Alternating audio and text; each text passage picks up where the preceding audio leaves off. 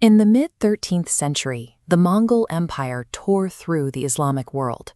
They destroyed major cities, collapsed central governments, and left a massive power vacuum across the Middle East and Anatolia. Through this devastated frontier, small groups of nomadic Oghuz Turks searched for secure pasture lands. Among them was the Kai tribe. This era, following 1258, is marked by a total collapse of central authority. The once unified civilization was reduced to splintered, warring states. From this chaos emerged a warlord named Osman. According to later traditions, Osman had a dream of a massive tree growing from his chest to cover the world, a vision used to claim a divine right to rule. In 1299, he officially declared his independence from the fading Seljuk rulers. Osman and his followers, now calling themselves Ottomans, moved to occupy the ruined administrative centers and fractured towns left behind by their neighbors. They began the process of turning a tribal band into a territorial government. To build a permanent state, the Ottomans had to abandon their nomadic lifestyle.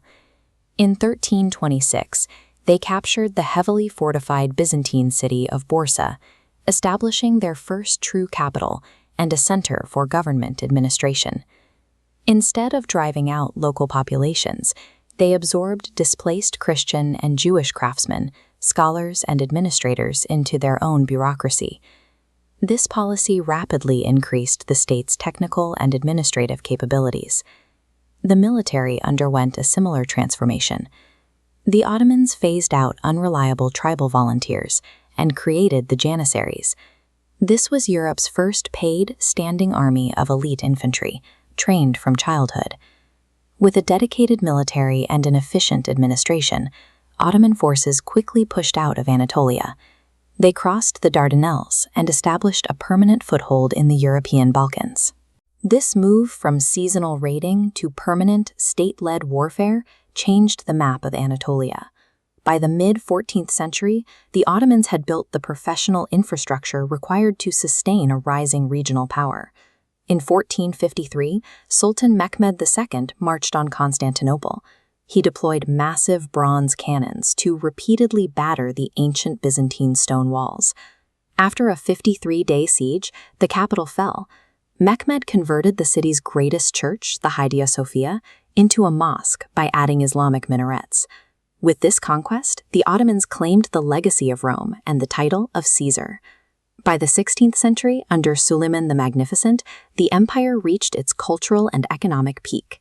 The capital became a global crossroads, where massive trade revenues funded advancements in science, architecture, and the standardization of Islamic law. Looking at this map, we see the scale of expansion. Ottoman rule encompassed the coastlines of 3 continents: the Middle East, North Africa, and Eastern Europe.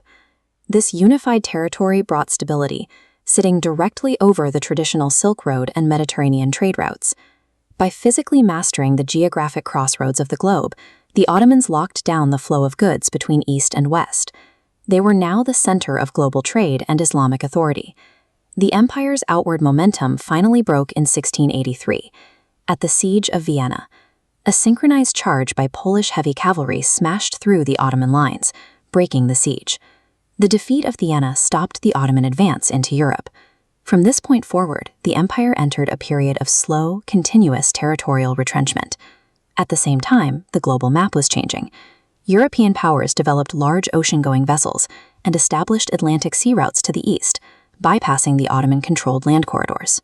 Without a monopoly on global trade, the empire's wealth began to dry up. Meanwhile, rival European nations used their new colonial wealth to industrialize their economies and modernize their militaries. Internally, the Ottoman leadership stalled. Subsequent sultans retreated from active military command to focus on palace politics, allowing the empire to fall behind the scientific and administrative advancements of its neighbors. The empire lost its relevance because its land-based economy couldn't compete with the new global map of ocean trade and industrialization. By the 19th century, diplomats referred to the Ottoman state as the sick man of Europe. The empire was fracturing from the inside, facing widespread nationalist revolutions across its territories in the Balkans and North Africa. Then, in 1914, the empire entered World War I. An aging military apparatus was forced to fight a multi-front war against modern industrialized armies. The Ottomans mounted a fierce defense at Gallipoli, but the pressure was too much. As British and French forces pushed from the outside, the Arab revolt triggered a collapse across the Levant and the Hejaz. By 1918, the Ottoman military completely dissolved. The victorious Allied powers occupied the capital and began partitioning the empire's remaining territories into colonial mandates. The conclusion of the First World War destroyed the 600-year-old container of the Islamic world, leaving a massive structural void in its place. Refusing to accept Allied occupation, former General Mustafa Kemal Ataturk led the Turkish War of Independence. His forces pushed out foreign armies to salvage a sovereign state from the ruins. In 1923, the Republic of Turkey was established, and the capital was moved away from Istanbul to Ankara. In 1924, the new Turkish government abolished the Ottoman Caliphate, ending over 1,300 years of traditional Islamic authority. The removal of this overarching authority caused a sudden shift.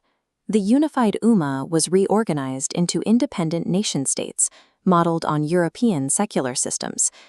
Political legitimacy shifted from divine law and civilizational unity to modern nationalism and territorial sovereignty.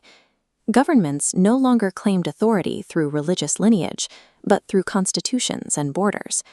The Ottoman state is gone, but its 600-year reign forged the political boundaries of the modern Middle East, leaving a cultural legacy that continues to bridge East and West today.